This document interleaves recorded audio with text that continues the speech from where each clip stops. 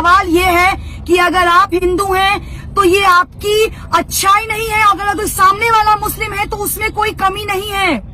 हम क्यों बार बार एक ही मुद्दे पे लड़ते हैं, हिंदू मुस्लिम हिंदू मुस्लिम हिंदू मुस्लिम?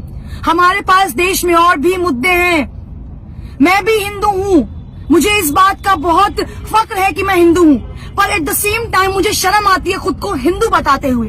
और ऐसा क्यों?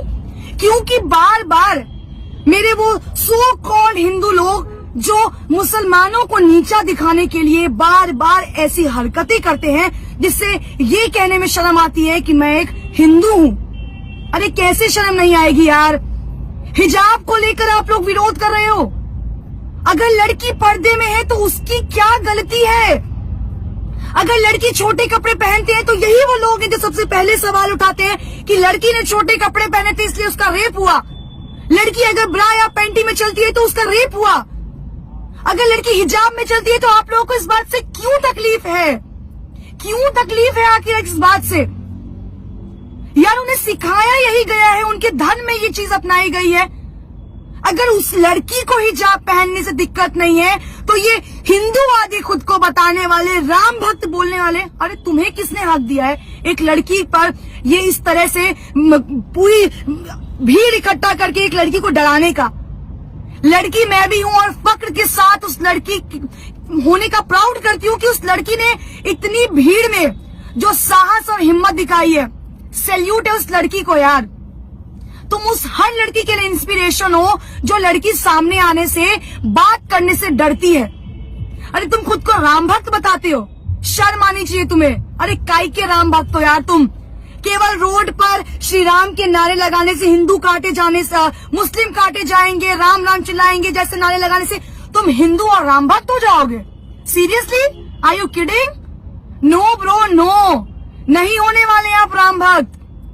कौन सा तुमने भगवत गीता पढ़ा है जहां ये बोला गया है कि दूसरे धर्म की महिलाओं को, दूसरे धर्म को नीचा दिखाओ और खुद को ऊपर लेकर आओ?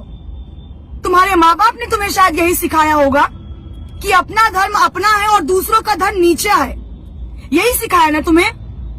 सवाल उस सरकार पर उठाती हूँ जो बार बार चुनाव से पहले हिंदू मुस्लिम करती है। अरे क्यों भाई?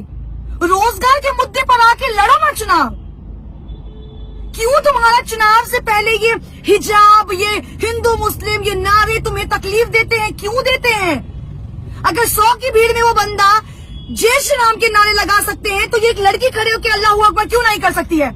क्या तुम्हें हक है कि सिर्फ तुम जय श्री राम के नारे लगाओगे? क्या मुसलमानों को हक नहीं है अल्लाह अकबर कहने का? तो कटवा के बना दो उन्हें हिंदू। तुम्हें इतनी प्रॉब्लम है उनके मुसलमान होने से तो बनवा दो उन्हें हिंदू, या उन्हें धक्के मारकर इस देश से निकाल दो। क्यों गाते हो सेक्युलरिज्म का नारा? क्यों लगाते हो सेक्युलरिज्म का नारा जब तुम्हारे देश में ही एक धर्म को नीचा दिखाया जाता हो बार बार?